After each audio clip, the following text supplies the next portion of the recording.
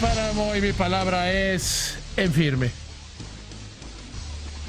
Mire, con el tema de dónde estamos parados, de qué pasó, yo creo que hay que hacer una disección importante entre lo que se dice y lo que está pasando.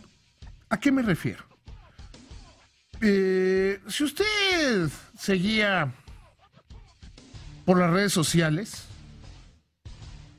si seguía por los chairos o los antichairos, va a encontrar una gran cantidad de distorsiones.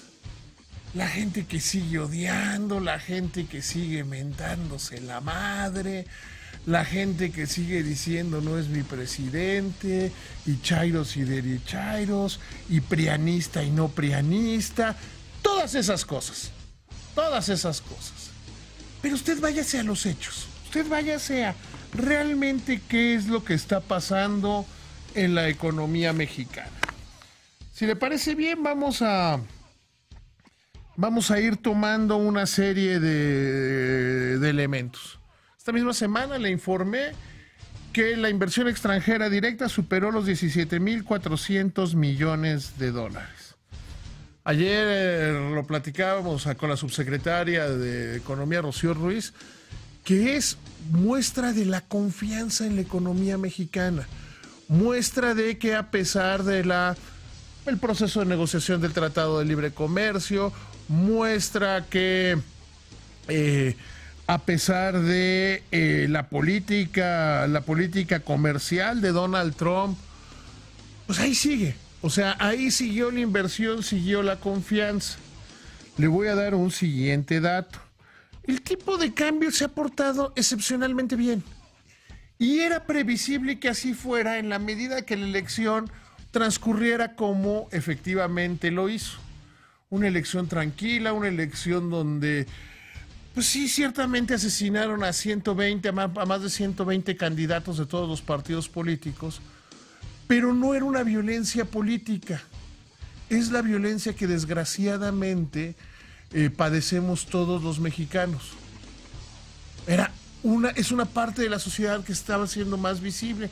Pero todos los días, desgraciadamente, en este país asesinan empresarios, o asesinan taxistas, o asesinan microbuseros, o amas de casa, o lo que sea.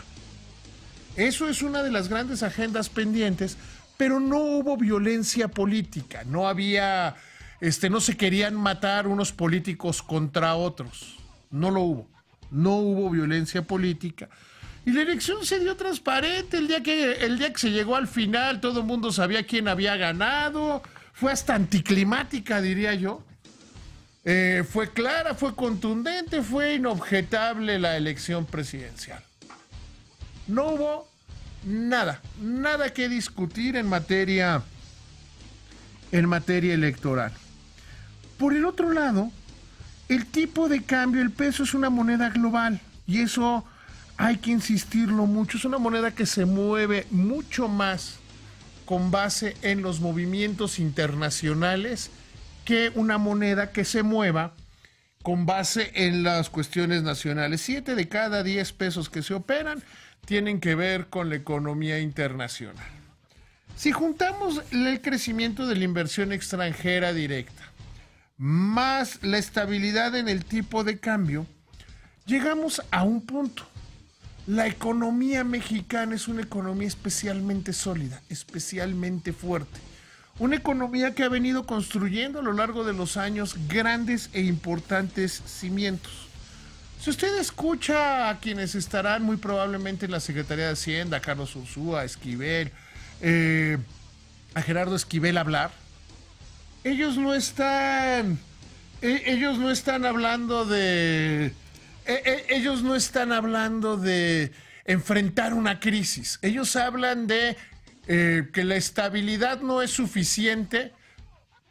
O sea, que la estabilidad está bien, pero que no es suficiente, y cómo se deben construir cosas. Hoy el propio Esquivel, que sería subsecretario en la Secretaría de Hacienda, hablaba de que se tiene que buscar para dar justicia social un esquema como el de la NFL. Se refería a que la NFL está diseñada de tal manera que los equipos que los equipos más débiles tengan mejores oportunidades de fortalecerse. Y eso hace un tema de justicia. Por el otro lado, en este contexto, lo vimos en la semana con la entrevista que hice con Carlos Jan González, el presidente del Consejo de Administración de Banorte, donde los empresarios dijeron, ¿cómo nos sumamos a México? ¿Cómo nos sumamos a la nueva etapa del país? ¿Cómo nos sumamos a esta nueva época? Y sí, estaban los de cuándo se van a ir del país y nos vamos a ir del país. Yo no conozco a nadie que se esté yendo del país, no conozco a nadie que tenga pensado irse del país, porque en una buena medida, en una gran e importante medida, la actitud que ha tenido hasta hoy el gobierno de Andrés Manuel López Obrador es una buena actitud. Vimos cómo Alfonso Romo, que será el jefe de la oficina, un poderosísimo jefe de oficina de la presidencia, les decía a los empresarios en el foro de Banorte, oigan, los necesitamos que estén ustedes, porque tenemos muchos retos de justicia social y para eso tiene que estar la empresa. Estaba hablando ante consejeros regionales del segundo grupo financiero, el grupo financiero más grande de capital mexicano, de matriz mexicana, de capital mayoritariamente mexicano, de matriz mexicana, diciéndoles a todos, oigan, súmense y todos vamos a sumar. Eso es lo que tenemos que entender. Aquí es donde estamos parados. Los temas que podrían ser criticables y cuestionables, pues también ahí están. Ahí está el primo de quien está postulado para ser el director de Fonatur, diciendo que quiere comprar el avión presidencial y rentárselo, incluso tener a la gente de la presidencia de la República trabajando para él. Pues eso, mire, ojalá sea una ocurrencia, ojalá sea una locura, porque suena horrible. Nada más imagínese por un segundo que hubiera sido en el gobierno de Peña, que un primo del director de Fonatur dijera que quiere hacer un negocio con el gobierno. Se están procesando los desacuerdos de una manera razonable. Y ahí están los desacuerdos. Está el tema del nuevo Aeropuerto Internacional de México, en contra de lo que ahora ya es un anteproyecto del aeropuerto de Santa Lucía. Ayer, como se lo informaba en este programa, el gobierno de Andrés Manuel López Obrador subió un anteproyecto hecho por Grupo Riobó sobre dónde estaría el aeropuerto, que hay dudas, y hay muchas dudas. Mire, una de las primeras dudas que deberíamos tener es, Riobó, si se hace el aeropuerto de Santa Lucía, ¿se va a licitar o se va a asignar?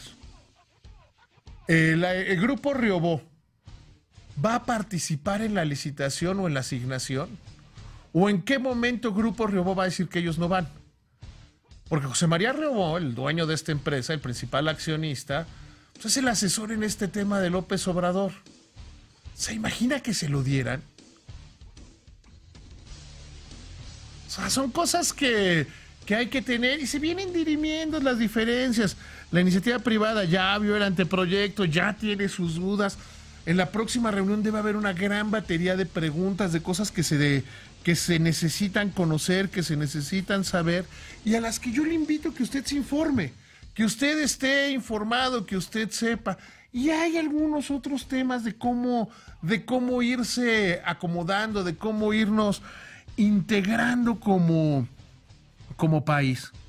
Yo desde mucho tiempo, durante todas las elecciones, dije que necesitamos un país donde 125 millones o más de los mexicanos que somos, quepamos de una manera cómoda, de una manera sensata. ¿Qué necesitamos para que esto ocurra?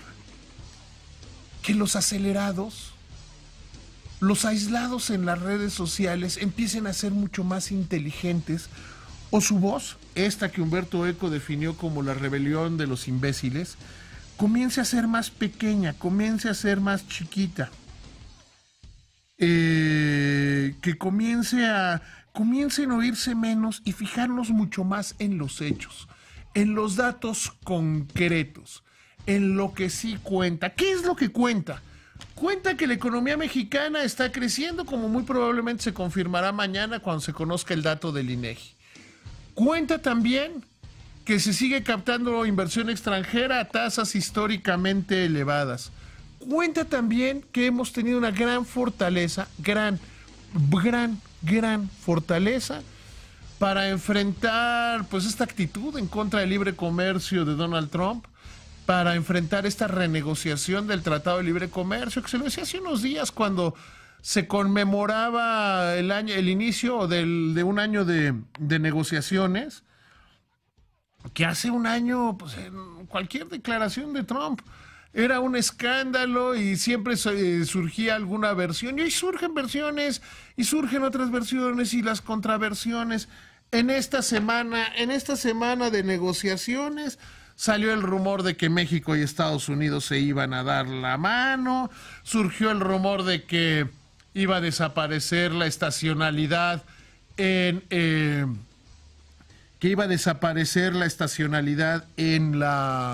el sector agrícola, que iban a desaparecer las cuotas, cosas que no están sobre la mesa o que se están discutiendo en la mesa y que no se llegará al final.